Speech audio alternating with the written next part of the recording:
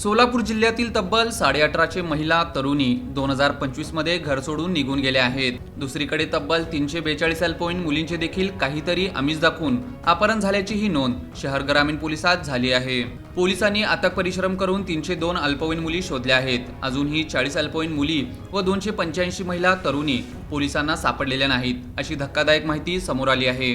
विवाहापूर्वी व विवाहानंतर काही दिवस पती पत्नी एकमेकांना या जन्मातच नव्हे तर 7 जन्म तूच पत्नी किंवा तुम्हीच पती म्हणून हवे अशा अनाभाका घेतात। पण विवाहानंतर काही महिन्यातच सासरच्यांकडून कर्ज फेडायला माहेरून पैसे आण, नवा व्यवसाय करायला, घर बांधायला, नवीन घर गाडी घ्यायला पैसे आण म्हणून विवाहातील मानपान हुंड्यावरून छळ सुरू होतो। विश्वासाच्या पती पत्नीच्या नात्यात संशय निर्माण होऊन वादविवाद सुरू होतात। सोशल मीडिया मोबाईलचा अतिवापर त्याचे प्रमुख कारण मानले जाते। कुटुंबातील सततच्या त्रासाला कंटाळून महिला घर सोडून जातात। दुसरीकडे तरुणी अल्पवयीन मुली प्रेमाच्या आमिषातून पळून जाण्याचेही प्रमाण लक्षणीय आहे। मोबाईल बंद करून गेलेल्या महिला तरुणी अल्पवयीन मुलींच्या शोधासाठी पोलीस वेगवेगळ्या कलरुप्त्या वापरतात आणि चिंतेतील आईवडिलांना त्यांची इज्जत सुखरूप परत करतात। त्यासाठी पोलीस त्यांच्या कुटुंबाकडे देखील लक्ष देत नाहीत।